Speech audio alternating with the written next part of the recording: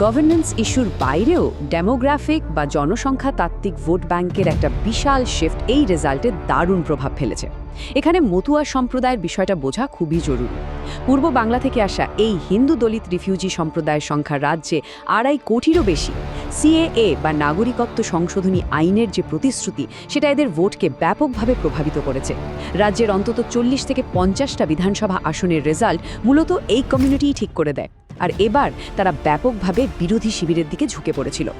খোদ ভবানীপুরের ডেমোগ্রাফিটা একটু লক্ষ্য করলেই দেখবেন এখানে ৪২% বাঙালি হিন্দু আর ৩৪% অবাঙালি হিন্দু। এই দুটোকে মিলিয়ে ৭৬% অমুসলিম মেজরিটিকে এক জায়গায় নিয়ে আসাই ছিল বিরোধীদের অঙ্কের মূল ভিত্তি। এই হিসেবটাই তাদের ঐতিহাসিক জয়ের পথটা তৈরি করে দিয়েছিল। চলুন এবার ৪ নম্বর টপিকে যাই।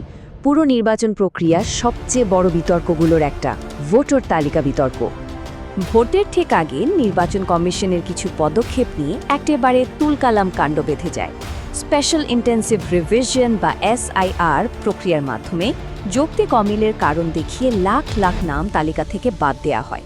পরিস্থিতি এমন পর্যায়ে যায় যে সুপ্রিম কোর্টকে পর্যন্ত ইন্টারফেয়ার করতে হয় বাদ পড়া তালিকা প্রকাশের জন্য।